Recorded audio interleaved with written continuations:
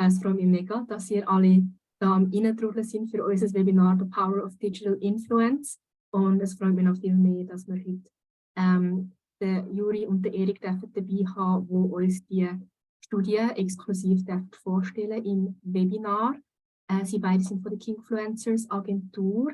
Das ist eine der grössten Social Influence Agenturen in der Schweiz. Darum werden wohl schon einige von euch von Ihnen gehört haben. Und ich werde Ihnen nachher das Wort übergeben, damit Sie euch Ihre spannenden Insights erzählen können. Zur Info an euch alle, wenn ihr Fragen habt zu den Inputs vom Webinar, wenn ihr Fragen habt an Juri oder an Erik, könnt ihr die gerne in den F&A-Chat schicken, den findet ihr unten links. Wenn ihr Fragen habt zum Ablauf, Fragen habt zu Administrativen, könnt ihr das auch gerne direkt in den Chat hineinschreiben, dann kann ich euch dort antworten. Alle Fragen aus dem F&A-Chat und alle offenen Fragen werden am Ende des Webinars auch beantwortet. Das Ganze geht ungefähr eine Stunde und ja, ich wünsche euch jetzt schon ganz viel Vergnügen. Alright, and now we make the switch. Hi everyone, I'm super happy to welcome you all to this webinar from Kingfluencers with Yuri and Erik. They will give us some very interesting insights from their study about customer behavior in Switzerland. Just some quick administrative things. If you have questions during the webinar to Yuri or to Erik about the contents of the study, feel free to post them in the Q&A chat. It's F&A chat down below. If you have any administrative questions or questions about what comes next or whatever, you can ask them in the chat and I'll be glad to answer those. Yeah, maybe just a quick word about our two speakers today. You can already see them on your screen. It's Erik Amstein and Yoeri Callebaut from the Kingfluencers agency. Yuri is the CEO of Kingfluencers. Erik is the Chief Strategy and Digital Influencer Officer at Kingfluencers. And they will talk to you today about their study about consumer behaviors in Switzerland. And without further ado, yeah, Yuri, Erik, please take the stage. Thank you. Fantastic, Nicole. Thank you so much. We're really happy to fill you in, and mainly Yuri will fill you in with a lot of exciting insights today. Well, very quick word on the English part. We have decided to make this in English because we want kind of everyone in Switzerland to be able to understand it. We already had a question whether this presentation will be shared. Yes, of course, you'll get the insights. And what's actually even more exciting is, you guys get a peek into our report, which will be released soon. So stay tuned for that. We'll send you information on the full report, which is a very extensive document. And yeah, today we'll have 60 minutes. Please send your questions, as Nicole said, through the Q&A section. We'll then make sure that we go through all of the questions, hopefully, depending on the time restriction, we'll have to kind of manage a little bit. But without further ado, Yuri, please give us the first couple of insights and then we dig deeper afterwards. Thank you, Erik. So maybe first, before we go into the insights, I wanted to just shed a little bit of light on, okay, why did we actually do this study? We are, as Nicole also said, a leader in the field of digital influence and influencer marketing in Switzerland. And so in order for us to really lead this field and continue to lead it, we thought, hey, we need to really understand what drives our customers, so what drives the consumers in Switzerland, more specifically with regards to what kind of social media usage patterns do we see, where do they get information, inspiration about brands, how do they behave, what really impacts their purchasing decisions and behaviors. And so this was for us, the main objective is to understand, okay, what are Swiss consumers really influenced by, where do they get inspiration and information, so that we can basically be an even better partner to the brands we work with in understanding what their strategies should be like. Our tagline is also beyond influence, because we always try to go beyond influence, beyond influencer marketing, and also build the future of influence marketing in general, which is again broader than influencers. So just a little bit forward there. Maybe Erik, if you want to say a few words about the study setup.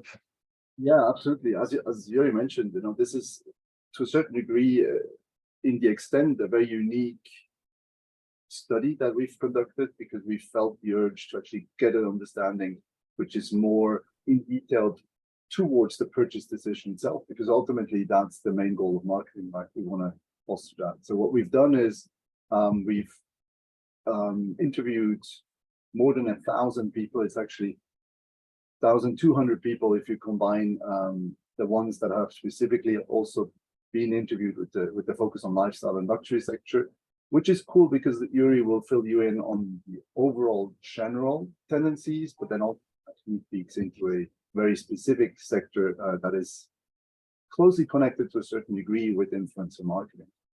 It was an online survey, and our execution partner has been deep through. And I think with no further ado, we go and jump into the social media usage. All right. So a big chapter of our study was focused on social media usage in Switzerland.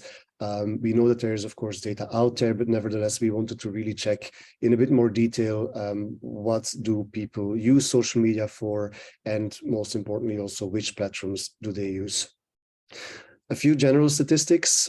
So in this is data from Data Reportal. That type of data is quite readily available. If you look at total number of social media users in Switzerland, it's about 7.5 million. Surprising is that more than 99% of people aged 13 and above can be reached through social media. So that is quite astonishing. It's basically almost everyone. Year-on-year change in social media users in 22, for example, the growth was still 6.2%. So that means that there were 440,000 new social media users that year, which is also quite stunning if you see how high the penetration already is, and there are still new people flowing into this field. Average time spent 1.3 hours, so 1.5 hours, which is reasonable. Also, if you compare with global statistics, somewhere in the middle. An average number of profiles, 5.8, so basically 6, which means that every social media user, or the average social media user, has 6 profiles.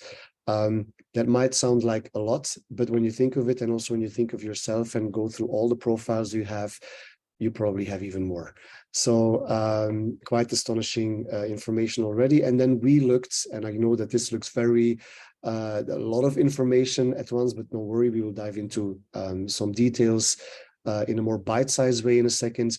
But what we did basically is we checked for a wide number of social media platforms in the broad sense, how often people use it. Is it several times a day, daily, several times a month, weekly, etc.? Of course, no surprise, the big players are YouTube, Instagram, Facebook, Pinterest, LinkedIn, but also blogs ranking in that top 7, and Snapchat, which was for us a big surprise, especially with young people. We will see that in a second. You will see that also, platforms that maybe you would not expect to have any, traction at all in Switzerland are actually already quite, let's say, popular in many ways. Nevertheless, YouTube is definitely the king or queen of social media across genders and generations. So when we look at absolute usage, YouTube stands out with all genders and age groups. It is really the leading platform in that sense in terms of usage. When you look at usage frequency, of course, there the picture is a little bit different. And then you see in some cases that other platforms in specific age groups can be a bit more often used. Instagram, for example, Facebook for older age groups. But you do see that YouTube really has a very high coverage and a very good frequency of usage as well, especially, not surprisingly, with Gen Z and millennials. But also with older age groups, there is a very high usage, including 42 to 57-year-olds. Over half of the people in that age category use it frequently. But Meta is very much alive and kicking, so also ruling in general in frequency of usage. again, especially with the young audiences. So when we see that here, we take 4 leading platforms, YouTube, Instagram, Facebook, and TikTok, then you can clearly see that Instagram is very, very popular still, even and especially with Gen Z. When you look at millennials, you see that kind of a little bit flipping around. And then, of course, when you look at, let's say, the older age groups there, YouTube is the bigger player, but there you see that Facebook actually takes a lead. So depending on which age group you look at, you see that top 3, top 4 kind of shifting around a little bit. Surprising, not surprising as well, but very interesting to see is that in the younger age group, so generation Gen Z, you also see TikTok there, basically taking the 3rd place and pushing Facebook out. So overall, a very consistent top 4 across age groups, but the relative importance of each platform tends to shift around.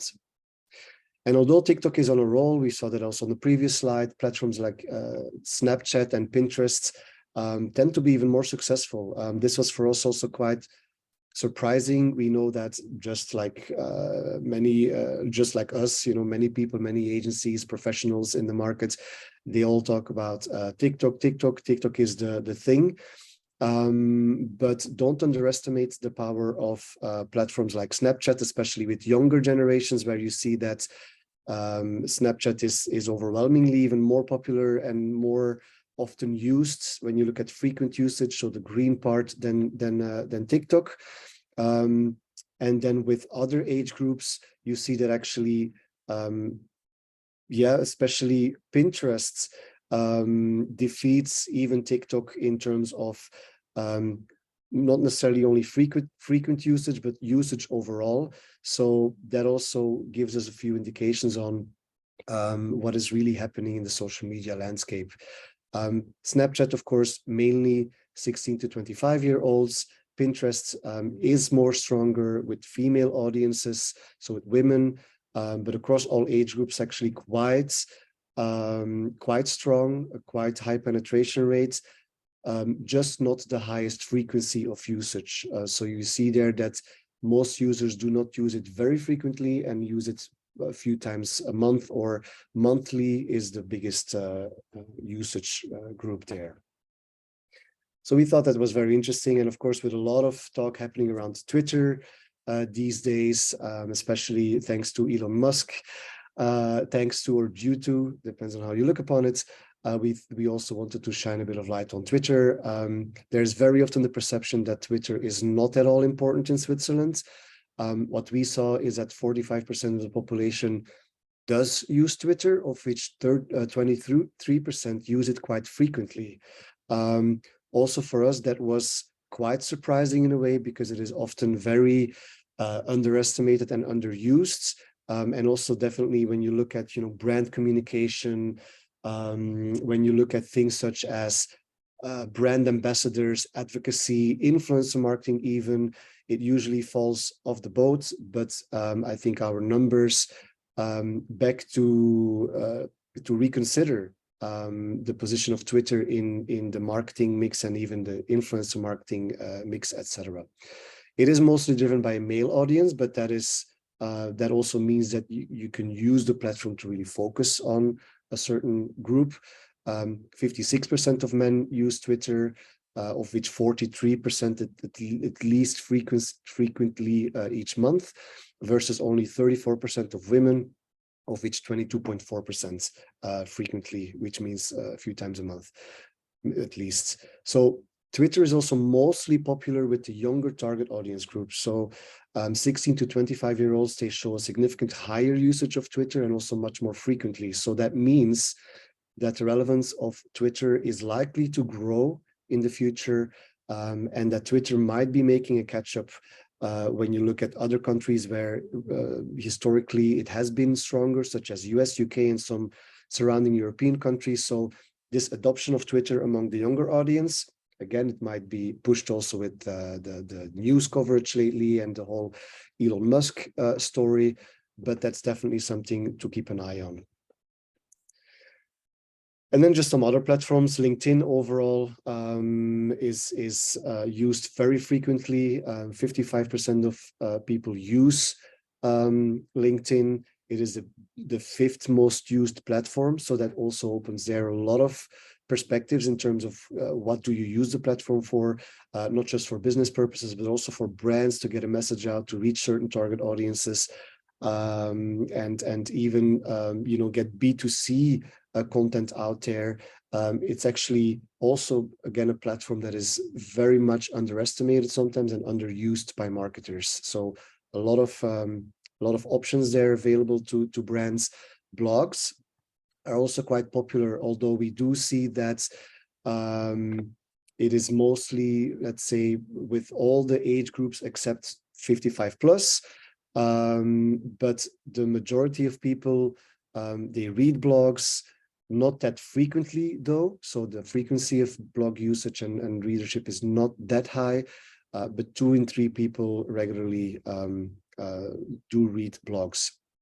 We also found that Now, which is a Swiss platform, a new platform that was launched, I believe, 2 years ago, where people are also incentivized for sharing social media content, for interacting, etc. People can gain points, and those points can then be converted down the line into gifts and money.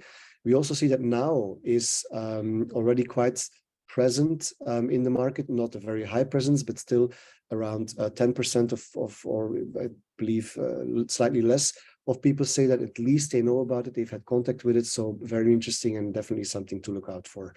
We also see that there is a trend now, Twitch, there's other platforms where you actually, even as a normal user, you can capitalize on your activity and you can gain benefits, money, etc., for your impressions, for your content, etc. So this is kind of in the direction of democratizing, let's say, social media and creator revenue generation for everyone. And then we will look at some very specific niche platforms: Vimeo, Twitch, Discord, Spotify, Green Room, Patreon.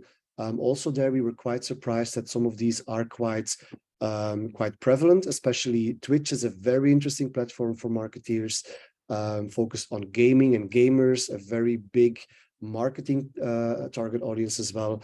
And what we see there is, even when you look at frequent usage, Twitch is nearing the 10% of the population. So especially given the fact that this is a considerable community and that they have very specific characteristics. Also, they're a very interesting finding when it comes to your marketing mix, but we will come back to that in the recommendations. And then maybe a little bit of gossip, interesting. The biggest difference between men and women, platforms like OnlyFans, Patreon as well, where we see that only 6% of women use OnlyFans and 8% use Patreon. However, these percentages rise to 25% and 24% with the male audiences. We will give no further comment on that, but we leave it with you to think about. All right. And then audiences with interest in fashion, clothing, accessories, and luxury. We see that they have an even more intense social media usage pattern. They use most of the social media platforms more intensely, especially Instagram, Pinterest. Pinterest also very interesting because it has certain SEO properties. So as a brand manager, marketing manager, director, etc., in this field, very interesting platform from that point of view. Everything that is, let's say, visual, clothing, accessory, furniture, etc., lifestyle. Pinterest offers a lot of opportunities there, and also TikTok. So TikTok penetration with people that have a high interest in fashion, luxury, lifestyle, etc., is 58% versus 43% for the general population. So you see that this is an audience that you can really reach through social media, and especially Instagram, TikTok, and Pinterest.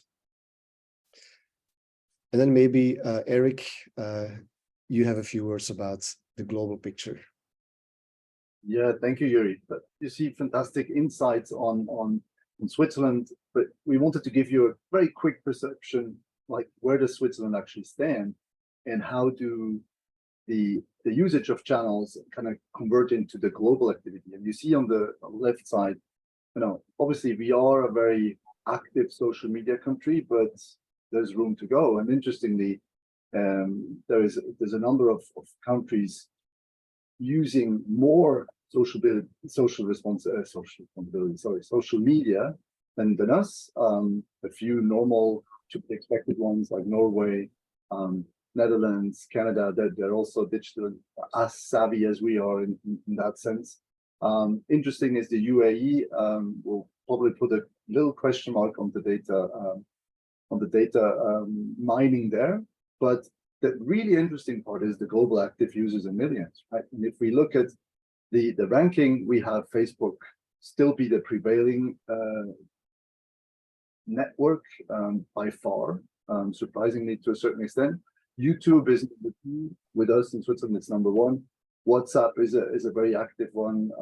Instagram, and then we go into the more regional channels like WeChat, Douyin, etc. They're Asian focused to a certain degree, but obviously profiting from a huge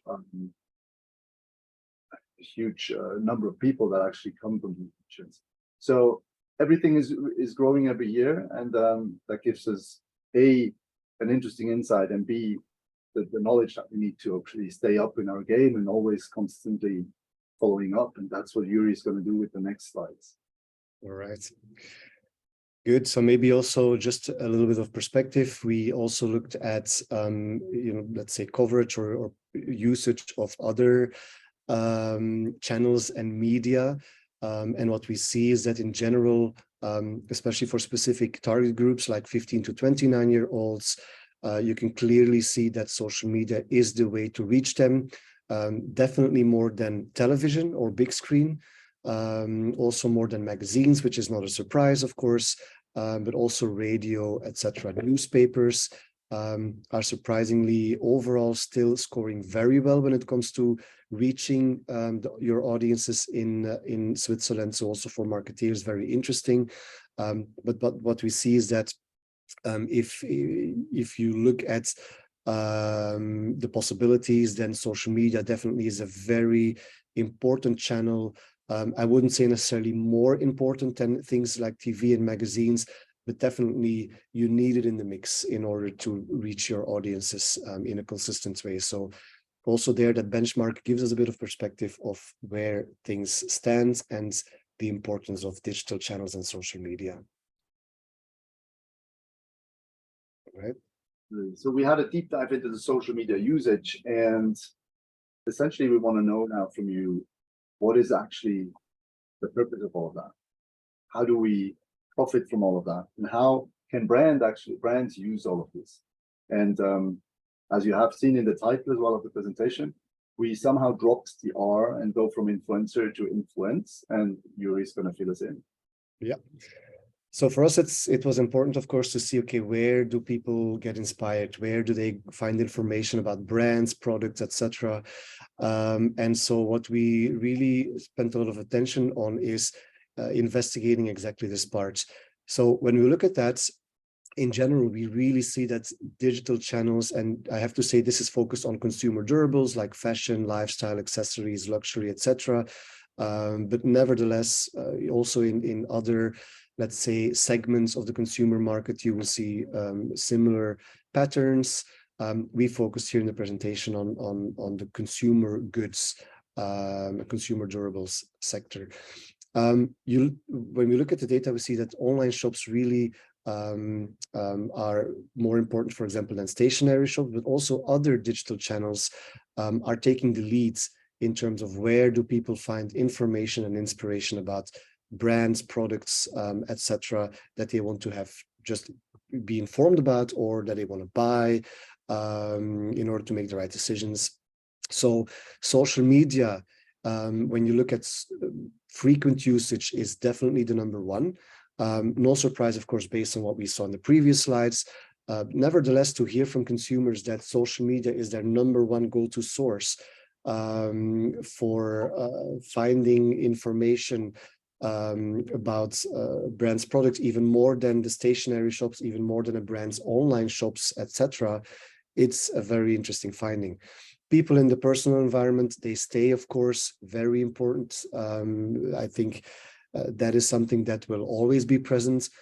But then next to that, we see Instagram leading or being very high up in the ranking, online shops, but also influencers. Again, YouTube, online magazines, even still Facebook. Of course, different depending on the target audience or the age groups. But you see all in all that digital channels are leading the way in terms of where people find that information and inspiration. So here we have the top 12. We investigated, of course, a lot more channels, both digital and non-digital channels, including all the social media platforms that are used in Switzerland. And this is the overall outcome.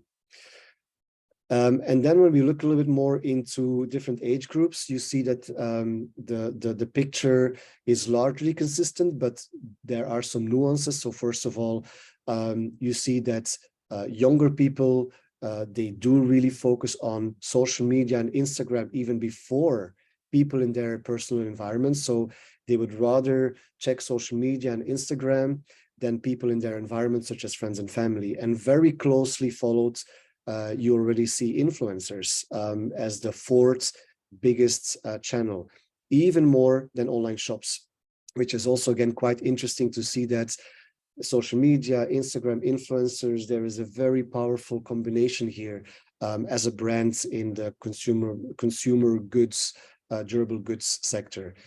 When you then look at, let's say, millennials, the picture stays largely the same, with that difference that people in the personal environment are still a little bit more important than Instagram and influencers, but it's all quite close.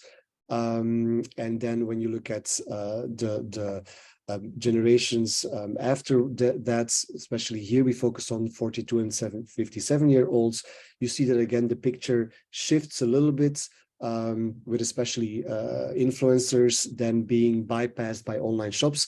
But overall, the total picture is quite clear. Digital channels rule, and actually word of mouth, whether it is digital word of mouth or personal word of mouth, including influencers or social influence, those are really the top channels where people find inspiration and information, and how they also make decisions about brands and products that they want to or will buy.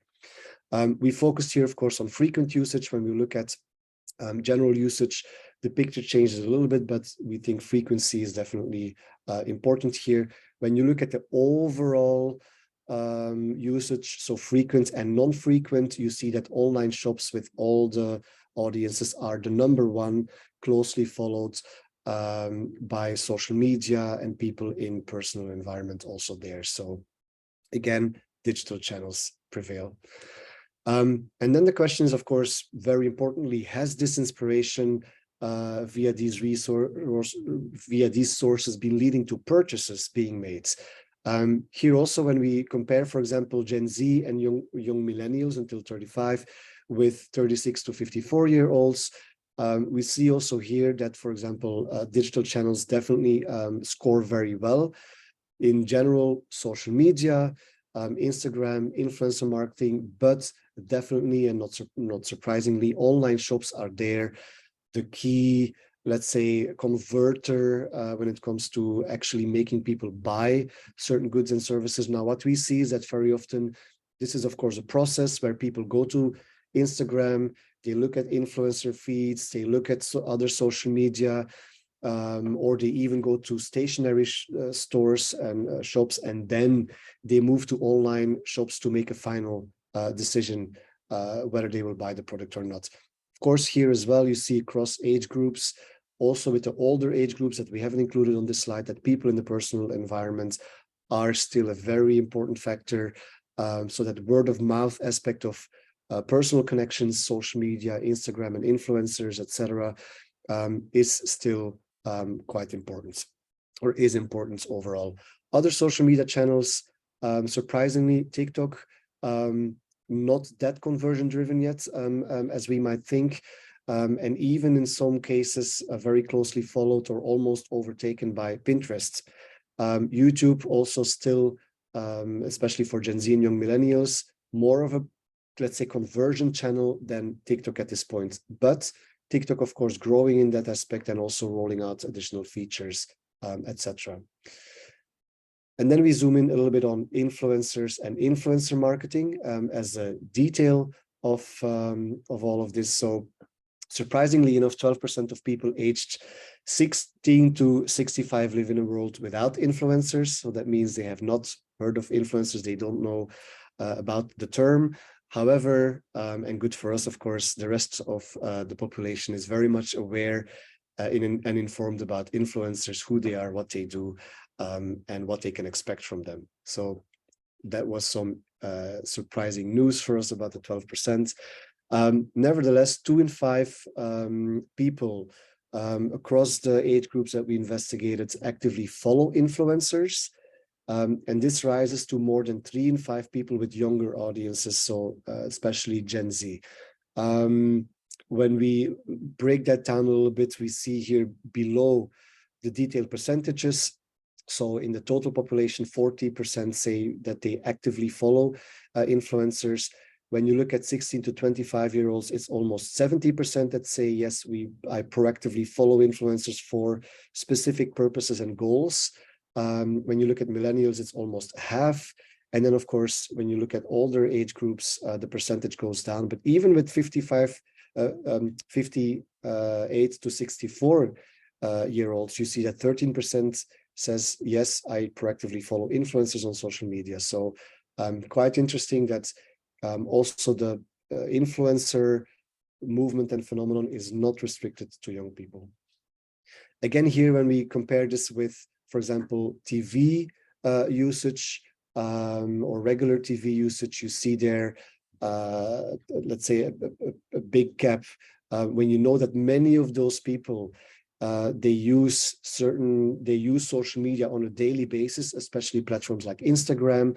You can expect that if they follow influencers, they will on a daily basis be confronted with multiple influencer posts, influencer content, including sponsored content, of course, from brands. And so you see that the reach is actually really good and quite high, and also very competitive and complementary when you look at other channels like television, etc. And we even confirmed some cliches. So in which areas do people follow influencers? Of course, no surprise. In general, clothes and fashion are in the top. We have here the top 11 because we wanted to include animals as well. So clothes and fashion, food, nutrition, and cooking. Very big category, of course, on the second place. Fun, entertainment, and humor on the third place, and then fitness, music, cosmetics, beauty, travel. All these are kind of in the similar order size and also quite important. Some gender differences, not surprisingly. Men, they score a lot higher on things such as cars and motorcycles, economy, gaming, soccer, and finance. They usually drop cosmetics, so cosmetics is quite lower in their lists. And fitness is the absolute top for the male audiences. Everything related to fitness, health, well-being, etc. Lists or tops the list there.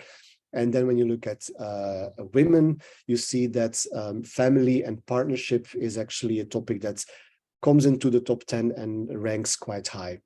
For Generation Z, we also see soccer, gaming, animals, and other social causes entering the top. So you see there, Gen Z, a very socially engaged audience, also an animal-loving generation that's been known. And you see that also in their social media usage. So they will look out for those types of topics. What are influencers mostly, how are they interpreted? How are they seen? So influencers are mostly seen as a source of entertainment and brand and product information / inspiration. Surprisingly, or not, but very positively. So what we see is that when we asked a population in terms of how do you evaluate influencers on each of these statements, and we sum together their positive and neutral perceptions, So leaving out everything that was, negative or, not in a positive sense, then we see that actually the two biggest statements that have the biggest positive feedback is that influencers are seen as entertaining, and influencers allow people to see products in action. So when we combine these two things, it's of course a very powerful statement, because it means that influencers really are perceived as a source of entertaining product information and inspiration. People also say that influencers are in general passionate, interesting, sympathetic, but very important as well for us, especially when you know that according to a Facebook study, the overwhelming majority, more than, I believe, 75% of people say that their primary communities are currently online and no longer physical world communities. So interesting also to see that influencers allow people to belong to a community of followers, and this community aspect is very strong. For brands, of course, a very important aspect, because what you want to do more and more, given that a lot of your brand touch points with consumers are now digital, you want to create communities online, you want to create advocacy, you want to create a solid, loyal customer base, and so influencers are a great source to help you do that. Where perhaps the evaluations are not always, let's say, the majority, but still have overwhelmingly positive, is about authenticity, credibility, and trustworthiness. However, we see that this is to a large extent also a generational issue. And we will come to that in a second. So when we look then more specifically and ask people, okay, why do you follow influencers, which is different than do you agree about these statements? And do you perceive influencer marketing? Do you perceive that influencers are, doing paid posts or collaborations, etc.? The majority say that yes, I'm aware of this. I perceive this. I can also recall posts in that field, in that sense. Especially younger audiences, they are aware, or they can recall advertising, product posts, etc., that they've seen on their feed from influencer marketing. So very interesting here is that the recollection, the fact, the receiving of the message really comes across. So people, they do perceive it, they do absorb the message when it comes to product placement from influencers. And also when you look at the reasons for following influencers, the same points that we saw in the previous slide, they top the list. So the most important reasons are that they are entertaining sources of content and information and inspiration, but also that influencers show products in action that people might have an interest in learning more about or buying, etc. We see that the first factor, inspiration, is very consistent across all age groups, but even higher with female audiences, especially the younger age categories. So they stated this motivation even more.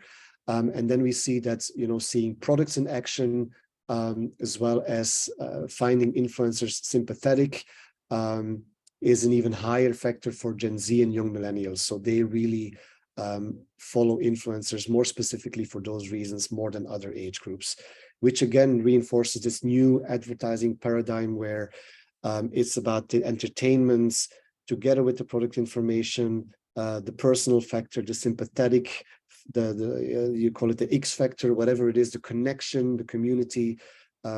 This is what people respond to more and more, especially young people.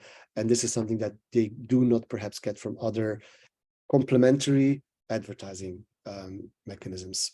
When you look at people interested in lifestyle, clothing and fashion, luxury, etc., they score usually even higher on all of these motivations. So they state them even more as a proactive reason to follow influencers.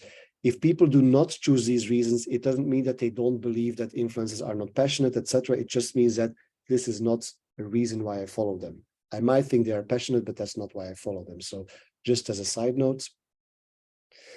And so what we said, the mix of entertainment with brand product placements that influencers provide is gaining appreciation, especially in the younger audiences, where we see that we saw that here they evaluate influencers a lot more better on these aspects, and also they state these reasons a lot more than the general population for basically following influencers. We see that that mix is gaining traction, and it does definitely point in a certain direction on how your marketing and advertising mix could be in the future. And yes, millennials, it's time to get over it. Something that we did perceive is that very often millennials, yes, they want to follow influencers, yes, they want the product information, but at the same time, they're still a bit skeptical about, yeah, are they really authentic, etc. Sometimes still a little bit stuck, and I'm a millennial myself, so I can concur. Sometimes still a little bit stuck with the 2010, 2015 notion of what an influencer is, and not always aware or accepting yet that the notion of influencers, content creators, has evolved so much since then. So we see a little bit of, let's say, sometimes a double feeling towards influencers in older millennial groups. So time for us to get over it. Yoeri, may I quickly, because we have a question related to that, which is, how would you exactly define an influencer? Yeah. So first of all, influencers definitely based on their activity on social media, the fact that they have brand partnerships, the fact that they have a certain audience, but also certain leadership with regards to that audience. So people follow them to gain information, inspiration, etc., around certain topics. They are people who have, of course, a certain, let's say, following, a certain attraction to their audiences, a certain fame in that sense, but they are not necessarily famous people. So that is for us very important. People that are able to have an impact, as it says, influence on a group of people that follow them for that reason, even though they might not know the person, but they still follow the person because they want to connect, they want to know more, they want to see what the person is up to, and they want to especially be inspired by that person. Those are very crucial aspects of being an influencer, even when you don't know the people personally, but they still want to connect with you and be part of your community. Definitely also, yeah, get inspired and look up to the person that they follow. All right. Then in terms of the money question, of course, does it pay off? The answer is yes, it does, and it will pay off even more in the future.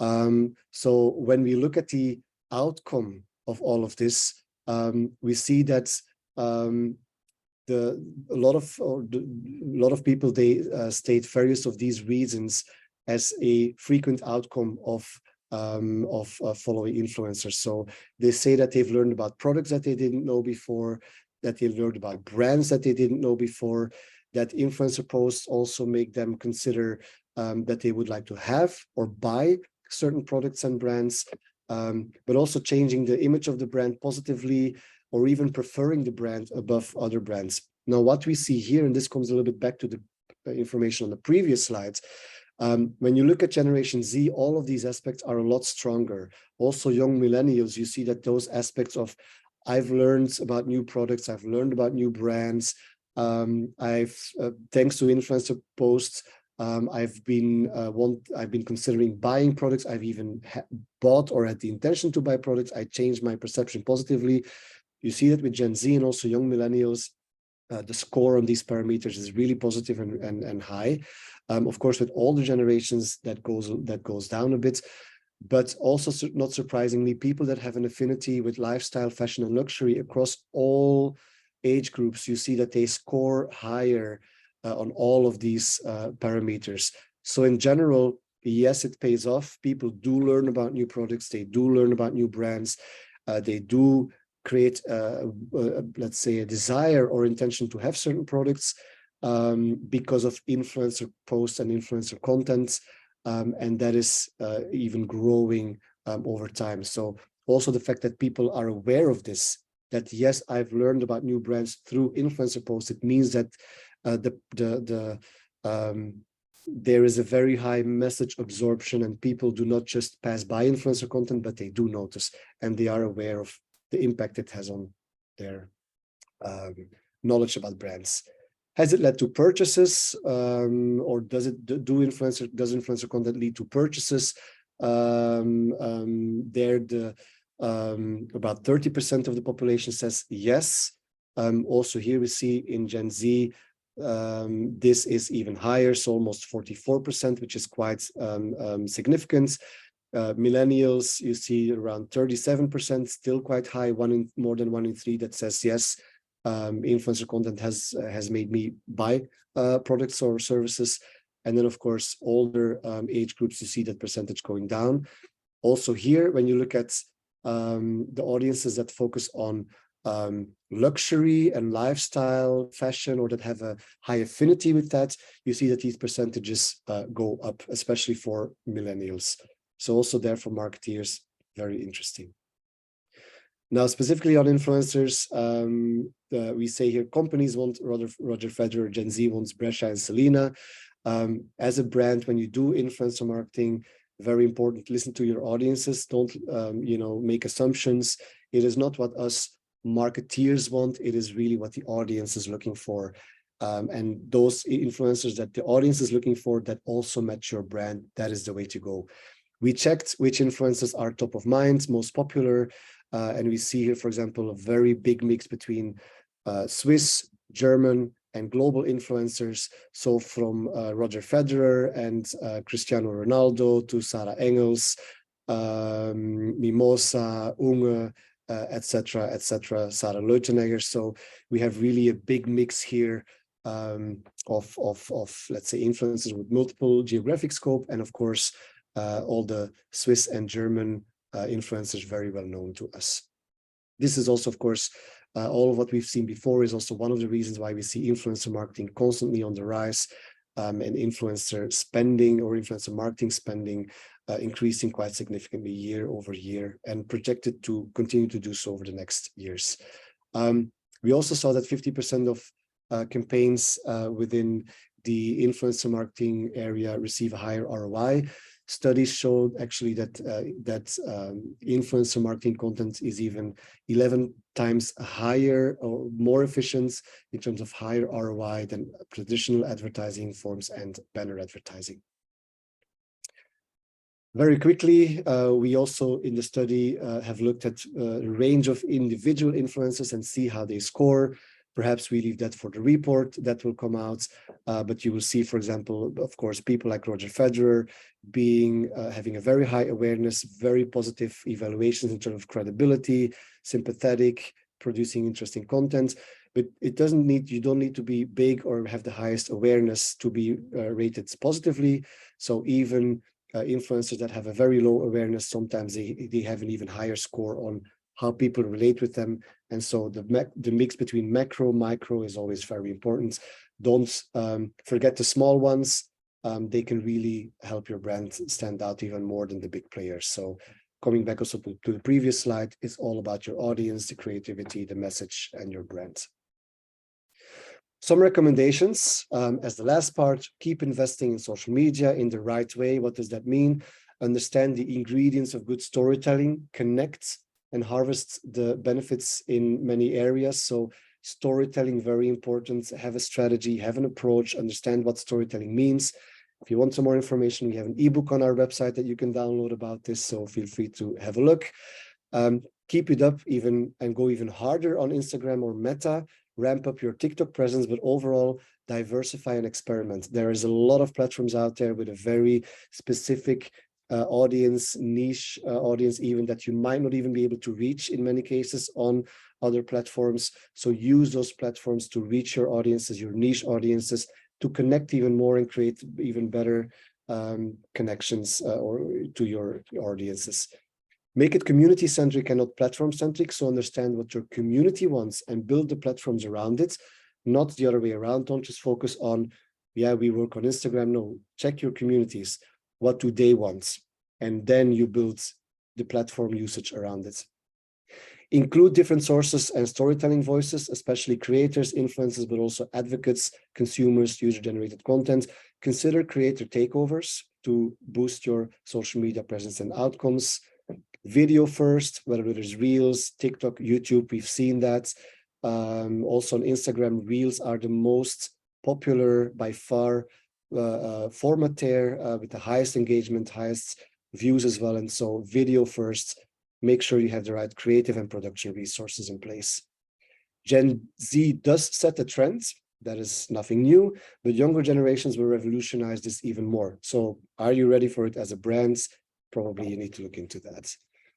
Omnichannel is the way. So brand equity is more and more generated online. So you need to work on the customer journey and your digital branding and brand experience. Social influence based on word of mouth is the leading advertising and brand discovery mechanism. So it's not just about billboards, it's not just about television, it is really about those social voices, people, consumers, influencers, creators, etc., social media in general. This is really what has a massive impact and is therefore a very important complementary mix in your mix. It's important to have a holistic view to optimize the results. Influencer marketing should be part of your marketing mix. It provides a unique touch point between entertainment and product placement and inspiration that is hard to match in other ways. Do not save on community management and growth, including via creators and other brand voices. Community management does matter. Community is key. Connect the dots, repurpose content wisely to increase your ROI. So for example, influencer content can be repurposed as TV spots, etc. Choosing the right influencers is gold for your brands. So make sure that match is there. And then last but not least, think conversion, including social and live commerce, because it does work. Social media and digital already have a high conversion potential. If as a brand you work on those aspects and plug in even more proactive aspects such as social and live commerce, then what you can achieve is really quite extraordinary. And that brings us to the end of the presentation. Fantastic, Yoeri. Thank you so much. And thank you so much for everyone listening and the fantastic questions. And I'll try to kind of get an order in so we get a little bit of a storyline with the question as well. I'd love to start with Alexander's question. And he said, could you please, Yoeri, elaborate on branding? What are the product services that benefit most? And then he asked by each platform. So you mean the products and brands that benefit most from social media? Yeah, in terms of branding, what's the branding effect? If I interpret that right, like which product services benefit most by branding effects and differences in platforms? Yeah. So I think in general, social media is the platform to really connect to your audiences and to make your brand stand out. So in terms of brand building, definitely very important. However, it's not just about one platform. It's not just about one medium. It's about your combination of it all. And so one important factor here is that, yes, social media is very important. Yes, Instagram, YouTube, etc. They are the leaders. TikTok rising very fast. But what is even more important is consistency about your branding, how you approach your audiences, how you engage with them, how you interact. And so it is important that your presence on social media, your presence on your websites, your presence on other digital and non-digital channels, that there is consistency there. And that will have the biggest impact on your branding, making sure you are consistent and making sure that you really engage with your community. Then I believe that it does not matter if you are in the food industry, if you are in the clothing industry, if you are in the apparel business, travel industry, the uptake is high everywhere. But of course, in certain areas such as fashion, lifestyle, but also food, etc., we see that these mechanisms play even more. So I hope that answers the question a bit. Cool. I'm adding a partially branding related question, if you like, towards content. Clivia asks us if the whole findings of the report also are valid for idealistic issues such as, environmental or social justice. I would even add probably, climate change topics, etc., etc. Yeah, absolutely. We haven't really focused on that specifically. However, there are various factors in the reports that that show us that if you want to reach people about any cause, any message, and of course, this can be your message. It can be about sustainability. It can be about, let's say, social fairness, etc. If you want to reach people, if you want to engage people, but also if you want to build a community, and if you want to reinforce that community, then digital and social media definitely is a very important way to go. So these findings, they apply for any type of brand and message, because this is where you can find your audiences. And I would say from our experience as well, we do have regularly campaigns with a social angle. It is even more powerful when you then work with specific voices, faces that people know that they can relate to get your message out, to build that community. So whether it is people within your organization, whether it is influencers, other types of creators, or even members, put those on a pedestal. And then social media definitely is the way to build your community and to keep it alive and to create engagement around the topic, along with other digital channels, of course. Thank you, Yoeri. To dig a bit more into the denomination, also the study setup, there is a question related, unfortunately without name, related to the distinguishment of two categories that we evaluated. One category being social media in general, and the other one being influencers. Mm-hmm. Like, are they mutually exclusive, or is there an expected overlap? How did we define that, and how would we work with these two categories? Yeah. So we've looked at these two categories, or these two, I mean, one is a channel and another is more, let's say, a stakeholder, right, a voice, but it can be considered a messaging channel in that sense. We've looked at them from both the angles. On the one hand, yes, they can exist separately, each on their own, and that's also how it often is. But there is, of course, a very big overlap, because influencers, they act within the social media space. So really taking it apart is sometimes difficult. But influencers, they highlight a certain, let's say, aspect of the social media landscape, and they are a very important stakeholder, a very important component of the social media landscape. Also, when you look at platforms like TikTok, for example, they've understood this very well, and they really push influencers on the platform, influencer content, because they know that influencers in the end drive the traffic, they drive the audience, they drive the engagement, they drive the interaction and the community building. So the two are very highly connected. You can look at them separately. We've also tried to separate them for some data, but in the end, they are kind of living within the same digital ecosystem, and influencers live within the social media ecosystem, of course. So there's a very high connection, just at different levels, perhaps.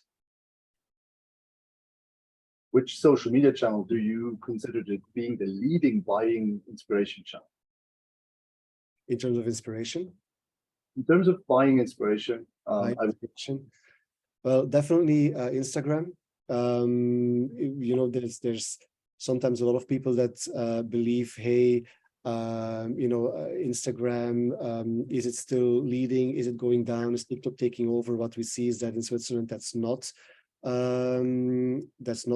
yet the case.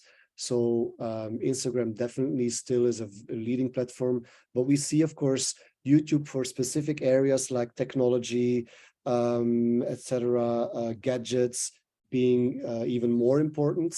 And then TikTok is definitely on its way up to try to challenge Instagram and Meta there on its positioning. So, but do not forget, like we said as well, Pinterest in certain categories like fashion, like lifestyle, furniture, home decoration, etc.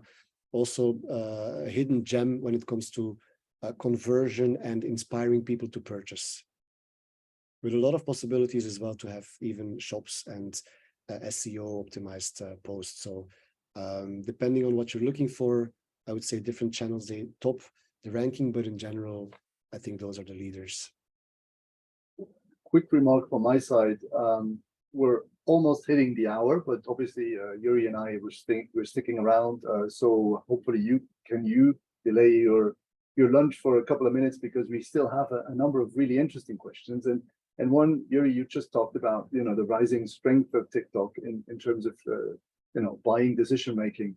Shahisha has a certain question that is actually understandable and relatable. He says, you know, TikTok just being banned from governmental smartphones in the EU, in Canada, in the US, etc., being scrutinized to a certain degree by certain Western governmental power. How do we see that, and what's our opinion of the TikTok potential in the future, given these political? I mean, yeah, the TikTok topic is, of course, especially in the US, highly politicized, much less in Europe.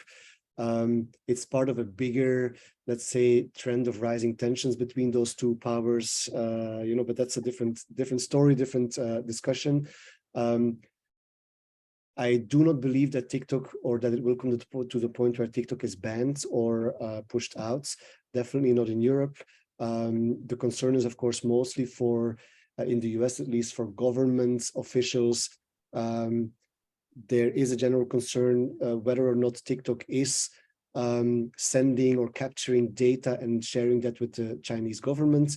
And that is the big question. So what I definitely expect is that TikTok will be questioned on this. The TikTok CEO is also having hearings in the US Congress, I believe this week, where he will be questioned on certain topics.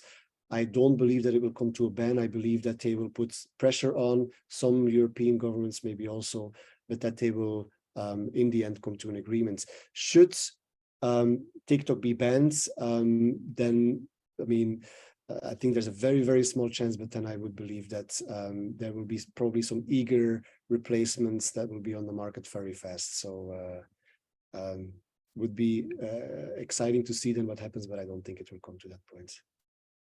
Thank you for your insight, Yoeri. Bringing it back to our real topic, Ugo is asking, so how do we actually make sure that, you know, the followers we're basing our evaluations on from an influencers are actually not bought and that they're real friends, hands, that they have a real impact? Yeah.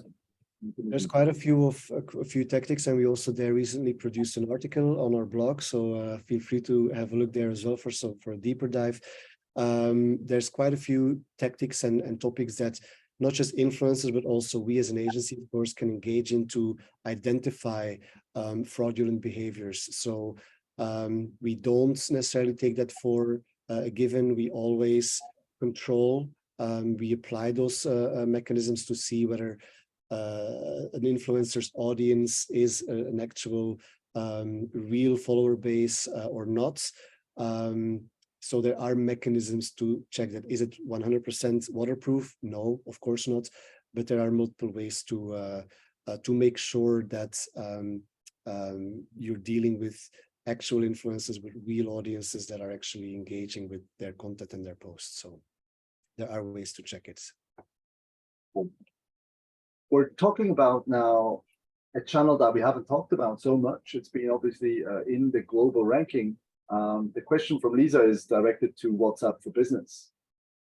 How do we consider that? Is it a relevant social media platform? Yeah, I think WhatsApp for Business definitely has a lot of potential. I would say globally, but especially in Switzerland, I'm not sure if that potential will also be realized, and if so, when that would be the case. Most people, including businesses, including marketing professionals, they are not even aware, for example, that WhatsApp has a community function that you can use as a brand, that you can use as an individual as well, or a group of individuals. We've looked into that at Kingfluencers, and there are some really interesting features being developed within WhatsApp.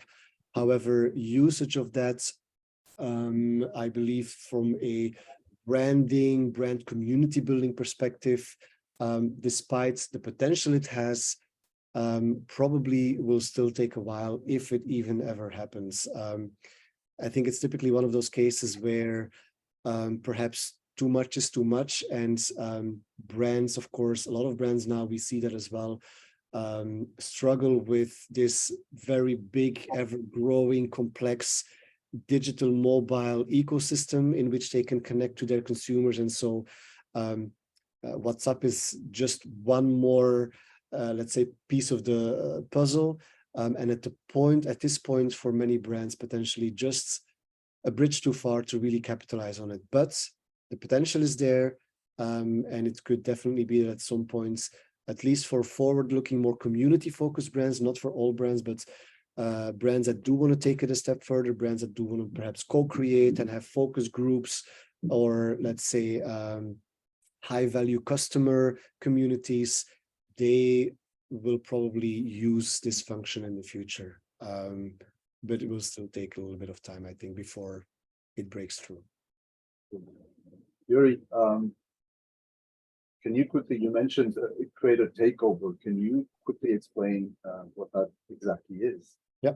So in a creative takeover, you basically work with a person or a set of people. It can be a person within your organization. It can be a corporate ambassador. It can be your CEO, but it can also be an influencer or a creator, an artist who basically takes over your social media and will be providing all or part of the content that will be posted during a certain period.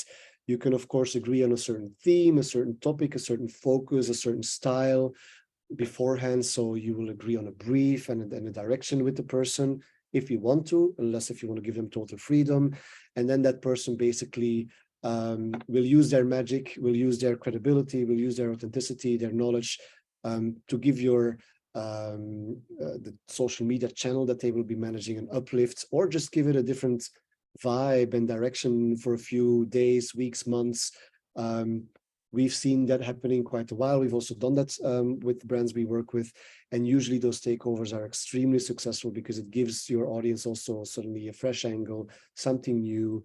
And let's face it, sometimes creators, they are just even better at capturing your audiences than us marketeers are ourselves, through their creativity and through their innovative look on things. So definitely recommend it for brands to do that more and more, especially because connecting to your audiences, grabbing their attention is becoming more difficult on social media. You have to stand out. You have to be more and more creative. You have to have a storyline, very good storytelling. And so it is not always that easy, even for marketeers and marketing teams to do it. So use these resources and opportunities to really stand out. Yoeri, we're going to finish up with an topic. You might even guess it by my smile on my face. We're going to talk about AI. We have two questions from Alexander, and that's also kind of the finishing lines along this. However, Alexander, I really have to tell you, we probably could spend a weekend together now and just go on and on and on. I'll ask Yoeri to give top line his thoughts on these two questions that you've asked, and then obviously stay tuned for more on AI, because it's actually fascinating. So Alexander wants to know, how would AI in the future play a role with interactions? Does it make it easier for us? How does it help with the customer? And second of all, I mean, do we have to jump on AI now, or when is it actually becoming really relevant? Yeah. So definitely AI has a lot of potential, a lot of promise as well. However, I would nuance that. Should you use AI at the moment? For certain things, probably yes, and you should look into that and plan ahead and see which use cases are the right ones according to your target audience and their needs, their desires, their behavior patterns and expectations towards you as a brand. However, there are multiple studies that say that even with the best of AI-powered technologies, consumers, they know or they perceive when they are talking to a real person versus AI. Consumers, they are okay with that in general. More and more as time passes by, they are more and more okay with, yes, I'm talking to an AI program and not a real person. However, there will definitely always be value to real people interaction, so interaction that comes from a real person, that is extra authentic, that people can relate to. And so it's not about if, it's about when, but it's also about what. So which use cases what do you want to turn into, let's say, a more efficient, perhaps AI-based process or approach, and what do you want to keep really as a people-centric, person-to-person interaction, content creation process type of engagement. Important is that there is no one-size-fits-all answer there. It all depends on your audience. What do your audiences want? How do they want to engage with you as a brand? What do they expect? And that you understand that you ask the right questions towards your audiences and then build your strategy around it. But definitely do not forget about AI. Plan for it, plan ahead.